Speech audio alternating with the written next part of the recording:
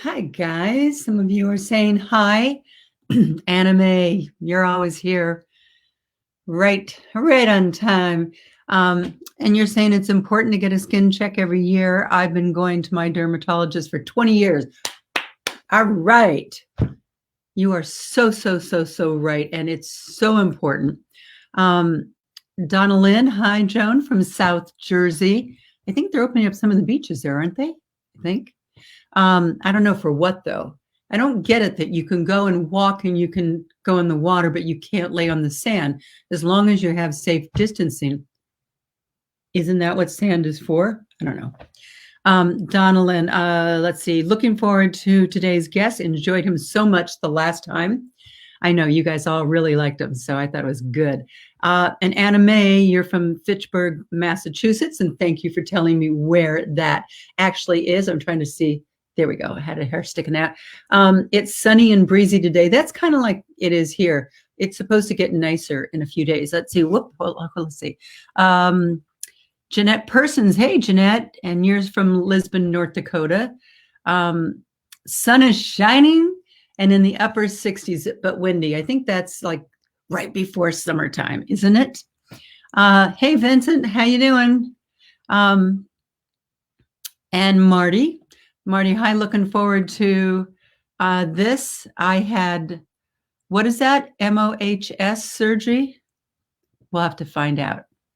Maggie Roth from Winter Springs, Florida. You guys get sunshine down there all the time.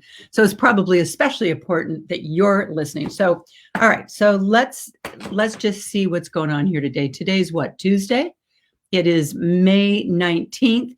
And ironically, I looked up, that what holidays are observed on May 19th. The irony is unbelievable.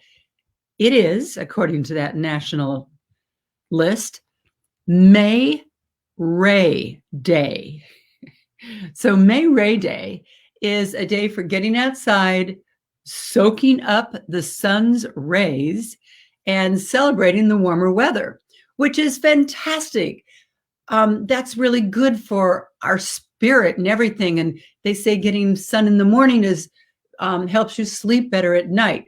But it also happens to be the month of May, Skin Cancer Awareness Month. So we got to talk. All right. I'm going to give you a couple of sobering facts. All right. 1 in 5 Americans will develop skin cancer by the age of 70. The 2 main causes of skin cancer are the sun's harmful ultraviolet rays, the UV rays, and of course the use of UV tanning beds.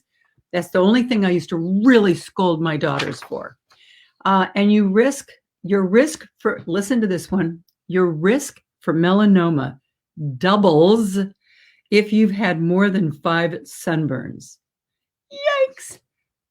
I'm sure, I know good and well.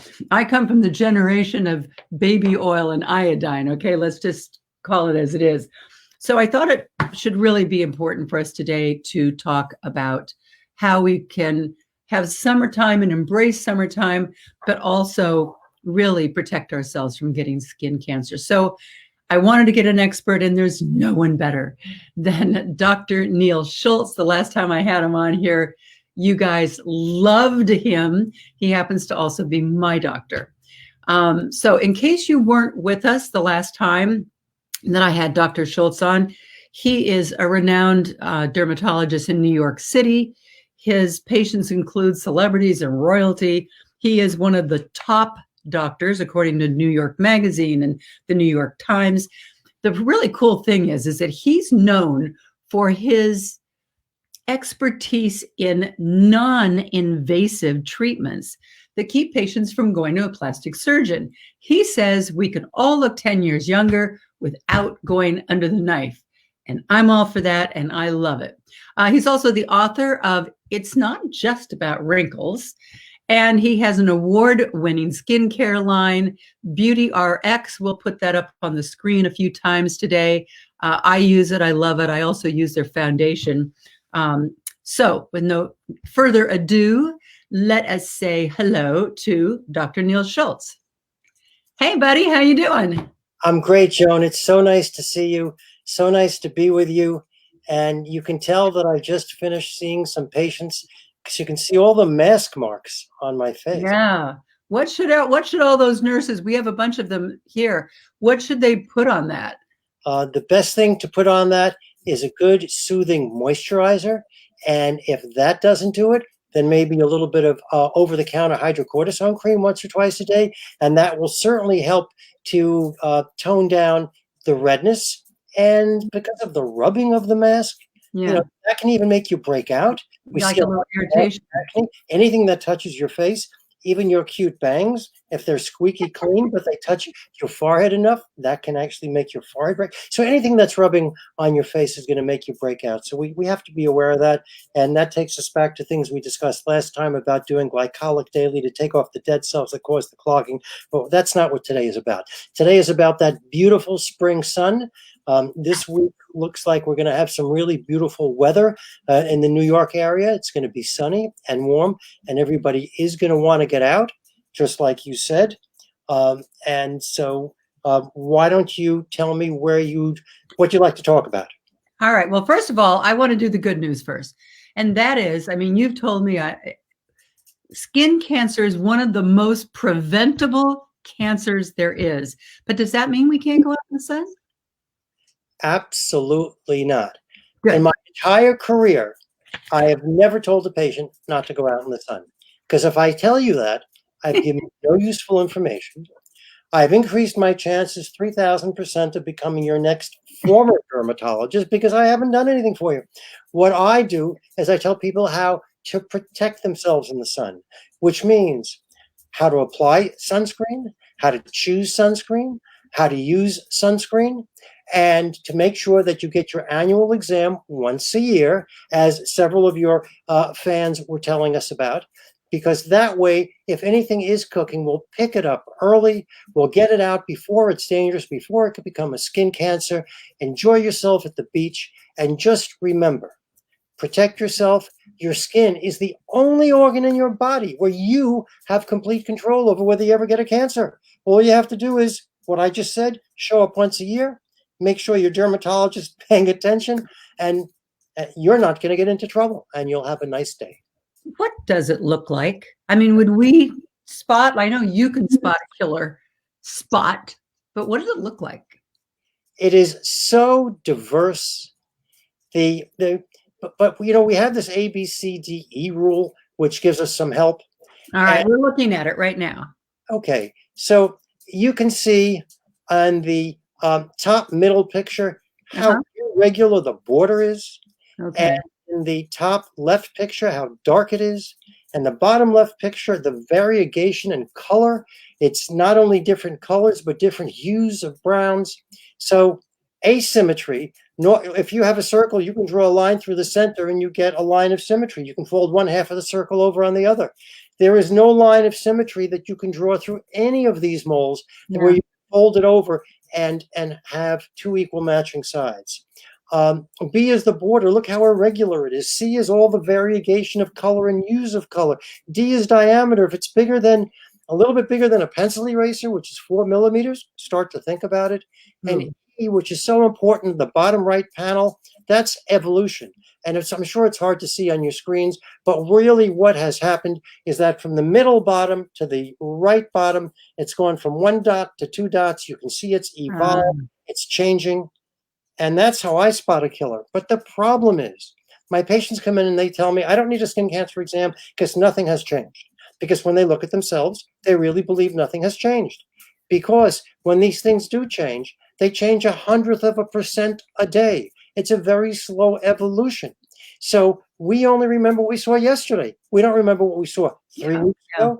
And so it obscures and blends our memory. So I don't accept when people tell me nothing has changed.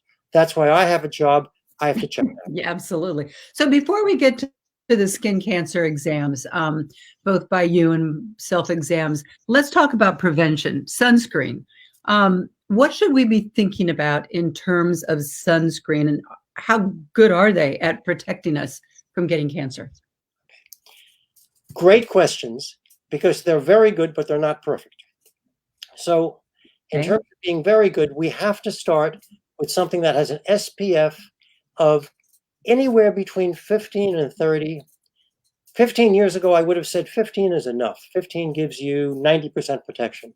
Today, I'm going to say I'd like to see a 30 or higher because that will give you almost 95% protection. But it also has to say either with broad spectrum protection or UVA protection. You see the number, the SPF, that just tells you how long you can stay out in the sun without burning. If it's an SPF of 20 and you would normally burn in 10 minutes, you'll burn in 200 minutes. That's a long time.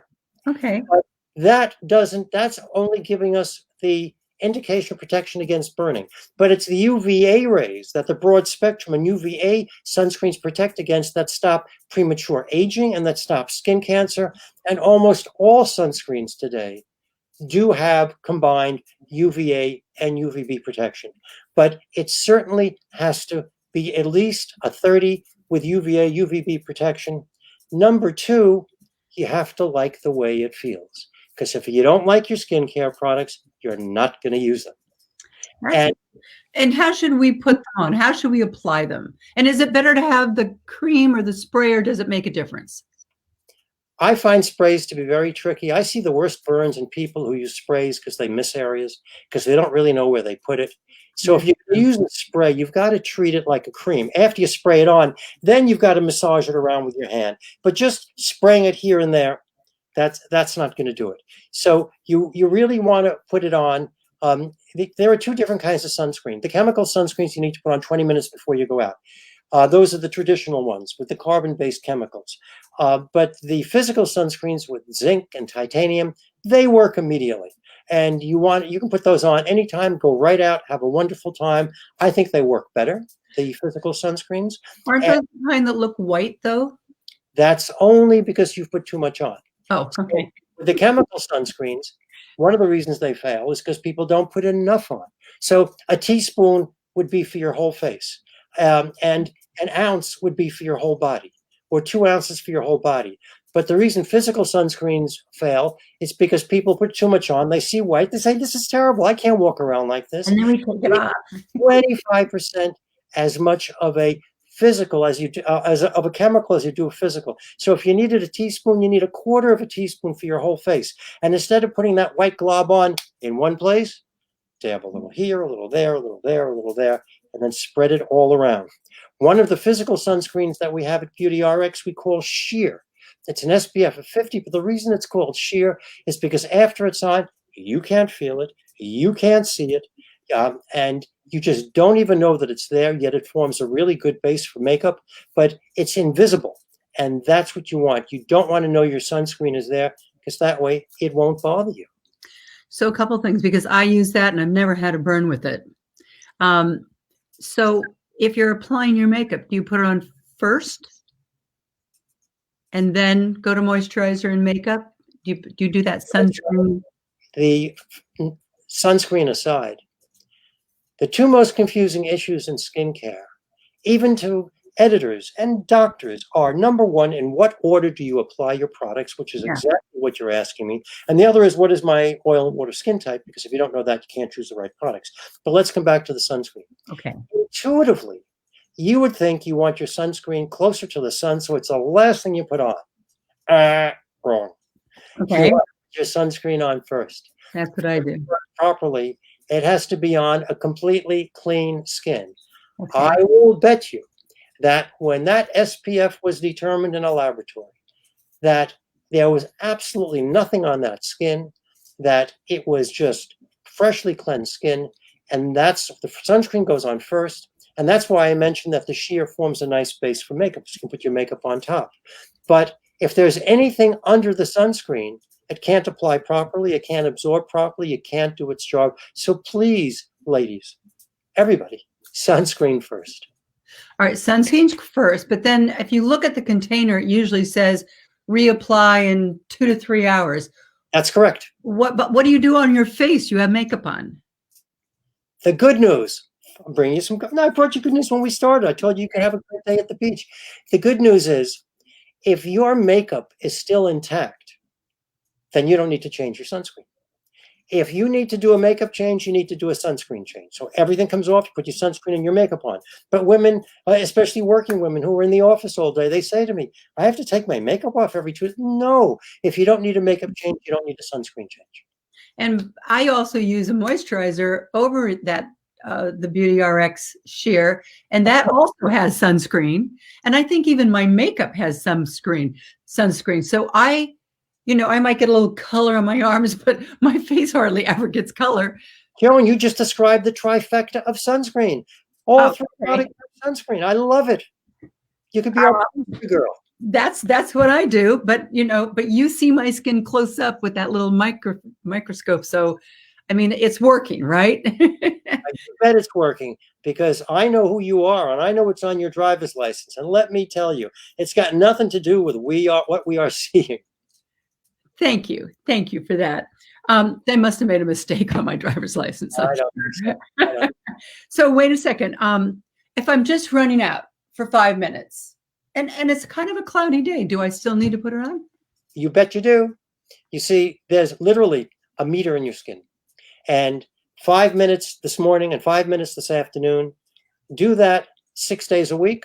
We've got 60 minutes. That's the equivalent of being out in the sun for 1 hour with no sunscreen. So you really need it all the time because it's cumulative. There are a lot of little bits of sun exposure that all add up in the aggregate to cause your skin to look older, premature aging and wrinkling and brown spots and weather beaten, and worst of all, skin cancer. And in terms of a cloudy day, yeah, when you walk out, if you can see your hand in front of your face, I am going to presume there is sunlight coming through those clouds. And if there's sunlight coming through, you can bet that some of the ultraviolet is coming through. Not 100%, could be 20%, could be 30%. We're back to the meters always running, kiddo. You need, even if it's snowing, you need sunscreen. And I'm going to take... Okay, yes. With all of our staying at home because of COVID, so people are probably trying to do their work and stay at home, but get light, so they're near the window. Well, UVB that causes the sunburn, that doesn't come through the window. But UVA that causes premature aging and skin cancer, that does come right through your window. So you're back to sunscreen every day, even during our hibernations and during our quarantinis. So that means also that if you're in your car and the window's up, then you also could get burned? You won't get burned. The windows stop the UVB, but you'll get the UVA rays that cause aging and cancer. So we're back to that broad spectrum sunscreen with UVA protection. Here's Barbara Kavanaugh saying, hi, Dr. Schultz. My skin is fabulous at 66. And thank you, Dr. Schultz. Barbara, nice to hear from you. I hope that you are safe. And it is a pleasure to take care of you. And you, like Joan, have beautiful, beautiful skin. Don't you love hearing that? Here's Marion Lowry. Should we apply every morning, pretty much no matter what, just to be prepared? Absolutely. That really is the best way to summarize what we just discussed, because do you know how many people come in with a bad sunburn and they say, I got caught in the sun. I didn't expect to be outside. My dog ran out. I had to go out and chase it. My daughter ran out. I had to go out and chase her. So yeah, the answer is yes. The only way to protect yourself optimally is to apply it every day, and then you just don't have to think about it. So now let's talk about what we need to, I mean, it's up to us, of course, to get the right sunscreen and to make sure that we apply it and then reapply it. But then what about detection of skin cancer? How, I asked my Facebook crowd, I will tell you, last Friday, because I was promoting that you were going to be on, and I asked them, has any of you listening right now, and there were a few hundred that were listening at the time, have any of you never had a head-to-toe skin check? And I got to tell you, I got a lot of yeses. Yeses. So I say to my patient, when's the last time you had your skin cancer check, if it's a new patient? And when they say to me, never, I say, that's a long time ago. I think it's time to do that today. That I say this in the spirit from my heart of love. That's unacceptable. If you go to the gynecologist, which I hope you do once a year, and if you get a mammogram, if it's age appropriate, then I would hope that you would really include going to the skin doctor for your annual exam. And let me take it a step further. There are things called self-exams, and we're going to give you some resources. Go to the Skin Cancer Foundation site where they will go over how to do your self-exam. But you should be doing a self-breast exam every month, and you should be doing a self-skin exam every month. And I'm going to tell you how to keep it on your radar screen. My birthday is February 6th. Joan, you didn't send me flowers, you didn't send me candy, but my birthday was February 6th. So when I do my self-skin exams, I do it on the 6th day of every month except the month of my birthday. I take that month off. But I do it for my birthday. It's a celebration. But 11 months a year, and seriously, of course, you can do it the month of your birthday. But and that's the same day you should be doing your breast exam, ladies. And this way, you know what day you need to do it. It's so easy to keep it in your mental tickler file. So, excuse me. It's funny. I went to a show and tell once in a kindergarten class, and the first question was, "What if you have to sneeze on air?" Donna Herman says, if my makeup has sunscreen, do I also need to use a separate sunscreen? Donna, I think it's a wonderful question. When's the last time you put makeup on the top of your ears? When was the last time that you put on your makeup completely evenly all over your face? Aren't there certain areas that either because they're oily or they're dry, they take a little more, they take a little less? I'm teasing you, but I'm making the point that even if your makeup has sunscreen, just the way Jones does, think of it as a bonus of protection. So the answer is yes, you do need sunscreen. You know, in the last show, we discussed how to look younger. And we discussed the importance of non-invasive things in making your skin smoother, brighter, look 5 to 10 years younger. And women spend so much resource and time to achieve that. And if you're not using sunscreen effectively, what's the point of taking care of the past damage if we're not going to do anything to prevent the damage that's coming down the pike? Because 90% of this is driven by non-protected or inadequately protected sun exposure. So it really has to be a package. If you want to do anti-aging, you need to use sunscreen. Cheryl Kramer, who used to be the editor for Red Book, said the most important thing that anybody has ever said to me during one of my interviews. And what she said was, if you're not into sun protection, forget about anti-aging. Absolutely. And I was going to ask you about anti-aging. And here's Linda Griffin Thomas saying, what about those of us who are now seniors, but had several sunburns in our childhood, get yearly checkups and have for many years now, but is there anything we can do for our aging previously burned skin now? And I'm going to hop in there and say, I lived in California, went to school in Hawaii for a few years, had lots of sunburns. These days I'm super careful, but as we age and our skin, maybe I always feel like I need more hydration. Should we be doing something different than, the rest of the population? Only in terms of the moisturization, because as we get older, our oil glands become less functional and the oil helps to lubricate and to hold in moisture. But the important thing here is that she had a fair amount of sun damage from cumulative and immediate sunburns. So it's even more important for her to do what we discussed last month, which is a gentle chemical exfoliant every day, which will both make the skin smoother, help remove some of the nasty cells that want to become troublemakers, and actually help build back some collagen to give the skin some firming, reduce the appearance of fine lines and wrinkles, reduce blotchiness, and circling back to something I said before when I said sunscreens are very effective but not complete. No matter how good you are at putting your sunscreen on, you're going to miss a spot. It's not going to go on the full thickness. So there is going to be some sun damage occurring from the sun coming through. That's why after that gentle chemical exfoliant at night, you should be using a topical chemical antioxidant, and vitamin C is the most important one. Joan, I think you use the triple C from Beauty RX. Yep. but it doesn't have to be my brand. You just want to make sure you're using a topical antioxidant every night, because the antioxidant then helps to prevent the damage that the UV that gets into your skin does when it causes the release of free radicals and reactive oxygen species, which is the damaging energy inside the cells that goes back to causing premature aging and skin cancer. Well, interestingly, here's Elizabeth Reinhart, and she's saying, why do some melanomas appear on the skin that's never been exposed to the sun? Elizabeth, you are my idol for asking that question, because so many patients do.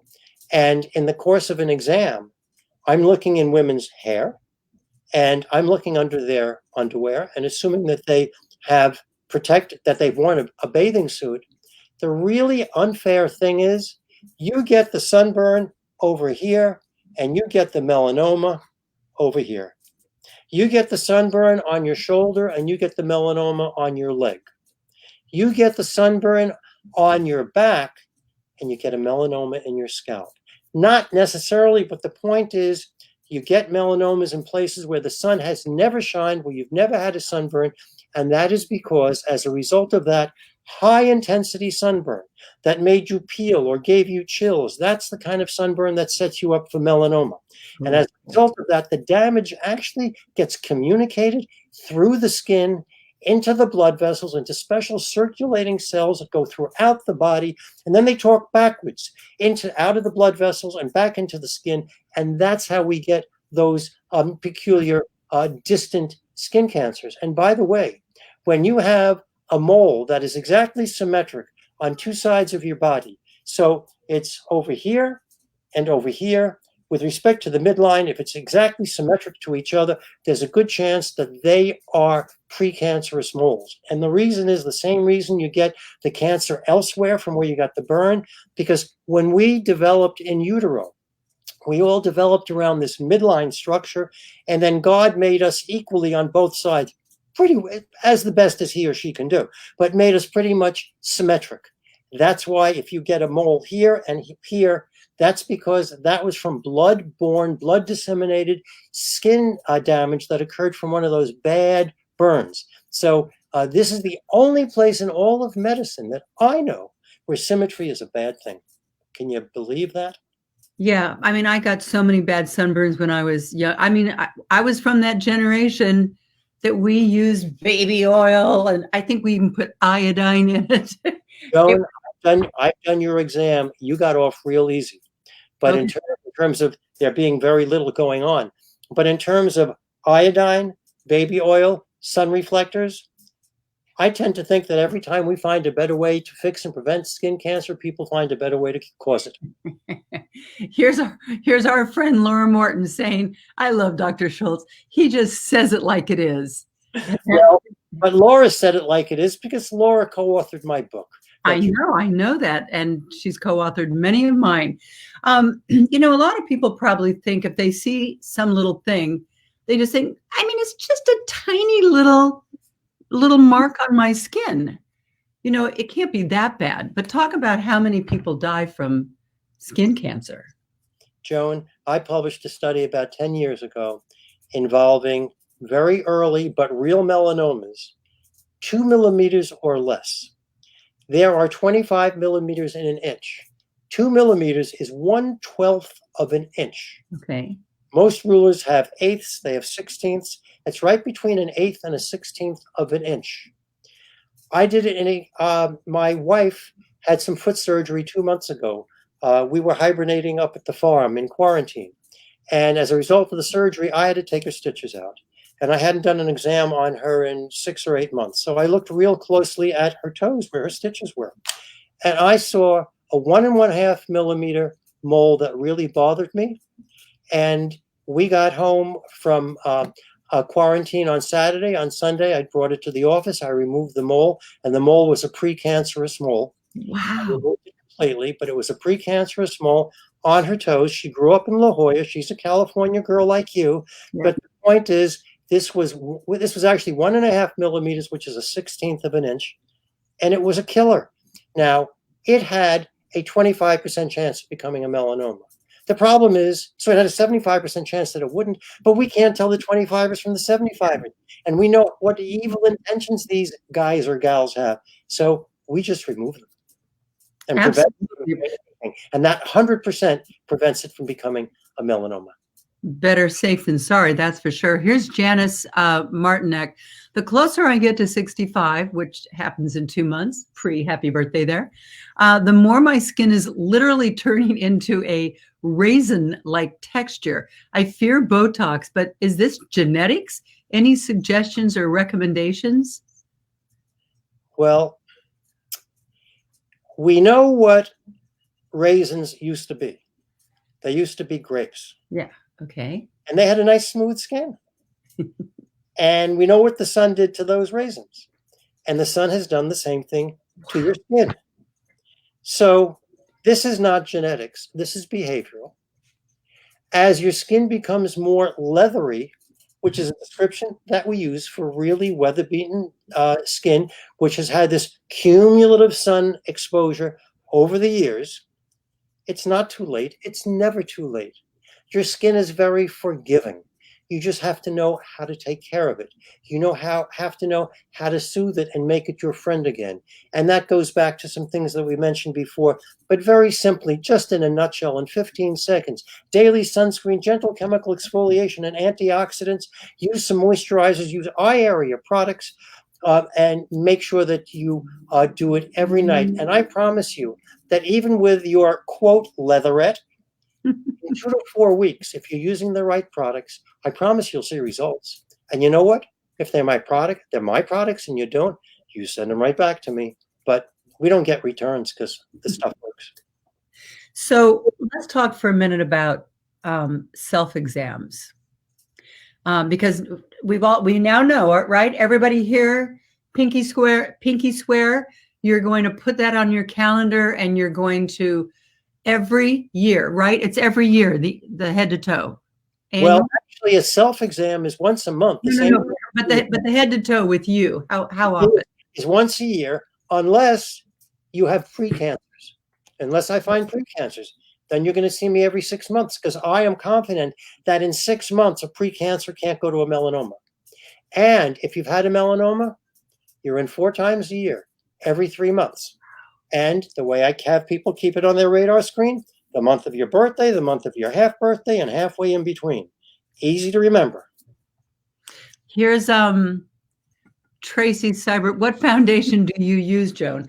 I use Beauty RX in the little black tube, which I love because I can travel with it also. Yeah. It's not a glass bottle. It's a TSA very friendly. Yeah. And what's it called? It's probably our mineral foundation. Yes.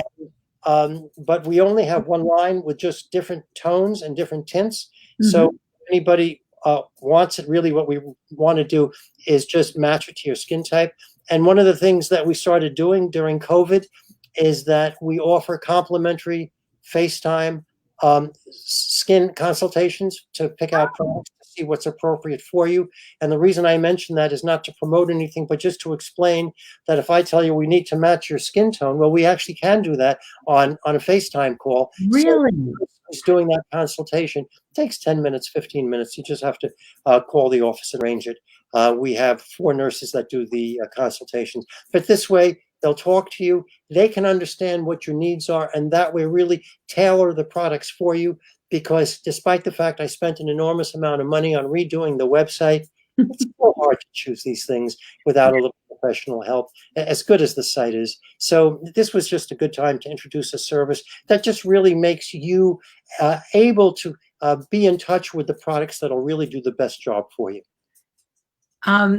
So here's Sumian. Why at 62 am I seeing white spots, especially on my arms? I'm an Arizona native. Dryness is a real issue there.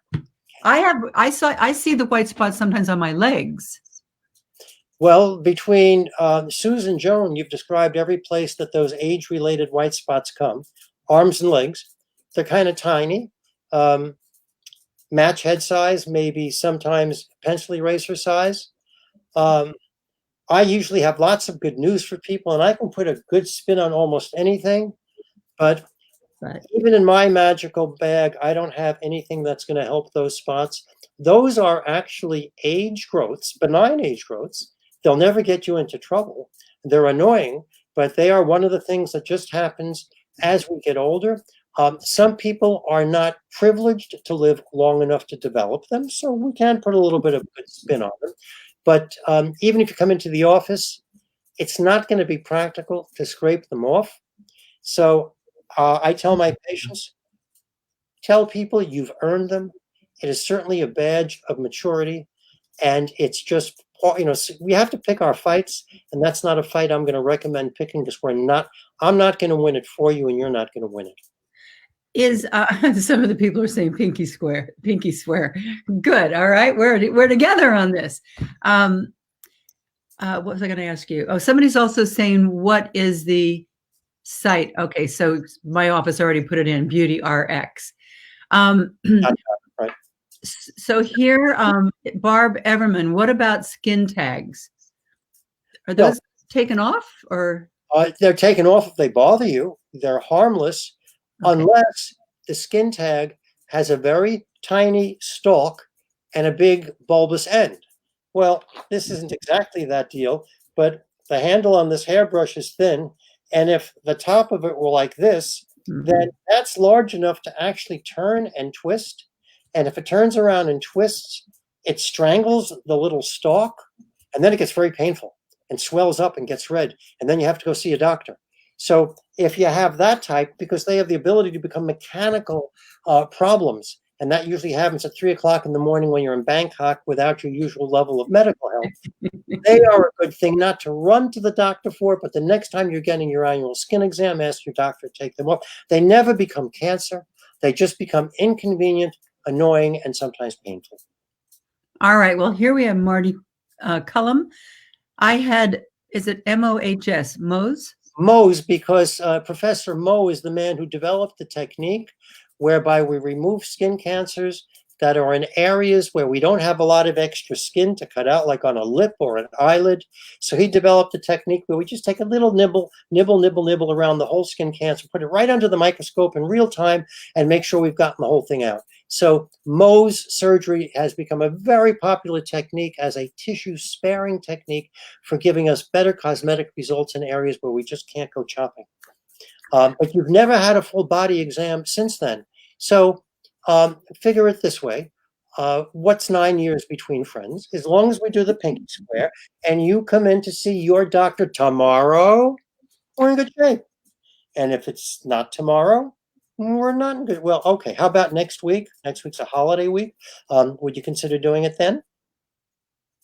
In other words, like, answer the question and. Okay. You've had skin cancer, so that means you should be examined every 6 months.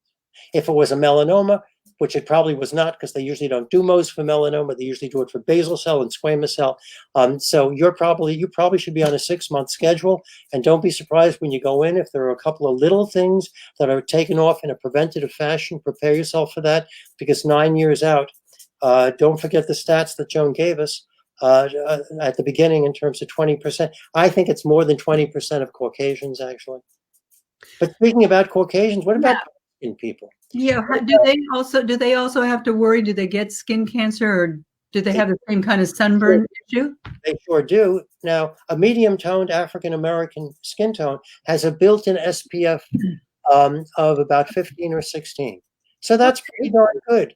And that's why that skin doesn't get burned, but has no built-in UVA protection. So we are back to skin cancer. And that skin does need a sunscreen because of the UVA rays that are prevalent. And by the way, you know how everybody says try to get your sun between 10 in the morning and 4 in the afternoon? That's when the rays are at their brightest. They're talking about the burning rays. Nobody told us. That's got nothing to do with the skin cancer rays. They're the same from the time the sun goes up to the time the sun goes down. All day long, the UVA rays that give you wrinkles and spots and skin cancers, they're at the same strength all day long. Are some of us more prone to it? I mean, is there a hereditary factor? Very much so, and that revolves around skin tone again. So Irish skin And Celtic skin, which has virtually no genetic protection, is much more prone. Albinos who have no melanin at all are so very prone. And then you get into what we call type 4 skin, which is Mediterranean skin. They have a lot of protection. And then type 5, which is Asian skin and Hispanic skin and Indian skin. They have even more protection. And then ultimately African American, which we call type 6. And between 1 and 4 that I left out, that I skipped over, that's just a gradation from Celtic to swarthy Mediterranean skin. But certainly the darker your skin type, the more intrinsic protection you have. But sorry, you still need sunscreen. Absolutely. Here's Joyce Levine Grabo saying, can a laser remove I think she means a skin cancer scar? I think she means a sunken skin cancer scar. Oh, okay. A scar that is actually pushed in because the cancer destroyed the tissue. So some of her tissue wasn't there when the top tissue healed over. So she has like a little crater.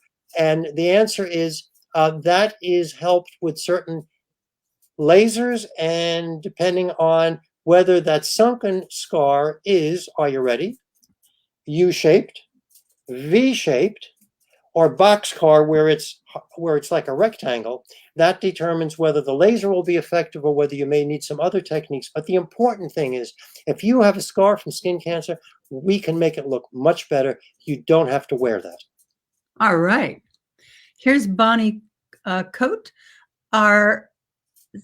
You probably can read this. Seborrheic keratoses are a form of the white spots, Joan, that you described on your legs and that Sue's described on her arms. And most of the seborrheic keratoses actually are brown. They are so not dangerous. They are just really annoying. They never become cancer. If you want to take it to the nth degree, if they really get very thick, then they start to get crusty on the top. And if they get crusty on the top, you pick at them. They're like attractive nuisances. And if you pick at them, then you get infections and things like that. But if all you can do is see it and it doesn't bother you and it doesn't attract your hand, just leave them alone and wear them proudly. All right. Well, I promised you'd get back to patients, and I have a live interview at 2 o'clock, so I'm going to let you go. These women would be happy if I had you back again and again and again. You teach us so much. And today, hopefully, you've also really motivated us so that we understand it's not just a matter of getting sunburned. It's a matter of aging and looking older if we don't protect ourselves. And it's deadly if we don't get into our doctor. It's really a matter of life and death. To your credit, you bring this to the fore and you make this available to your friends and viewers and fans. And you do such a public service with a show like this, as you do in so many other spheres of your life. But I applaud you, and everybody who tuned in is the better for it. I had a great time. I hope that your fans had as good of a time as I did. And whenever you feel like chatting again, give me a call and we'll set this up, okay? You got it. Thanks, Doc. My pleasure. Bye-bye now. All right, everyone. This is Tuesday, and we've all done the pinky swear, okay? So you're going to put it on your calendar. What I always do is when I walk out of the doctor's office from having my skin cancer check, on my phone, I go to the following year and I put it in the following year, skin cancer check 1 year ago today. Then I usually go back a month or two and put schedule skin cancer check. And that's like the second, every time I walk out of a dentist's office, a doctor's office, certainly a skin cancer check or mammogram, that's how I do it, just to make sure. Because otherwise, like, life gets in the way. You know how that is. All right. So, have you guys seen Kathy Lee Gifford lately? I'm like so overdue for a checkup with Kathy Lee Gifford. And she is going to be here on Thursday. And I am really, really excited to talk to her.